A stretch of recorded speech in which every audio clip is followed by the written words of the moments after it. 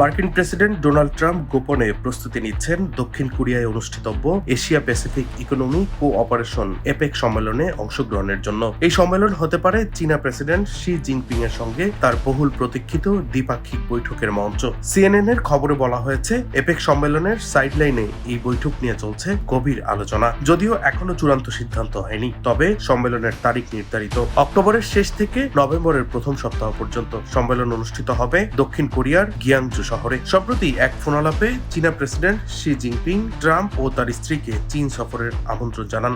Trump আমন্ত্রণ গ্রহণ করলেও সফরের নির্দিষ্ট তারিখ এখনো ঠিক হয়নি। হোয়াইট হাউস জানিয়েছে, দক্ষিণ কোরিয়ার ট্রাম্পের এই সফর মূলত অর্থনৈতিক সহযোগিতা ও বিনিয়োগ আকর্ষণের উদ্দেশ্যে, তবে বাণিজ্য, প্রতিরক্ষা এবং পারমাণবিক সহযোগিতা নিয়েও আলোচনা হতে পারে। সবচেয়ে গুরুত্বপূর্ণ বিষয়, এই সফর হতে পারে উত্তর কোরিয়ার নেতা কিম জং উনের সঙ্গে ট্রাম্পের আরেকটি বৈঠকের সূচনা, যদিও কিমের অংশগ্রহণ এখনো নিশ্চিত নয়। দক্ষিণ কোরিয়ার প্রেসিডেন্ট লি জে মিয়ং নিজেও চান ট্রাম্পের উপস্থিতির সুযোগে উত্তর ও দক্ষিণ কোরিয়ার সম্পর্ক উন্নয়নে অগ্রগতি হোক। এছাড়া ট্রাম্প ও শি জিনপিং এর বৈঠকে আলোচনার কেন্দ্রে থাকবে ট্যারিফ যুদ্ধ। ট্রাম্পের নেতৃত্বে যুক্তরাষ্ট্র চীনা পণ্যে 145% পর্যন্ত শুল্ক আরোপ করে, যার পাল্টা জবাবে চীনও দিয়েছে 125% শুল্ক। বর্তমানে আলোচনা চলায় এই শুল্ক নভেম্বর পর্যন্ত স্থগিত রয়েছে। ফলে এপেক সম্মেলনে এই বিষয়ে অগ্রগতি হওয়ার সম্ভাবনা প্রবল। কূটনৈতিক অঙ্গনে এখন নজর এপেক সম্মেলনের দিকে। ট্রাম্প, শি এবং কিম জং উনের সম্ভাব্য এই ত্রিপাক্ষিক সমীকরণ কি বিশ্ব রাজনীতিতে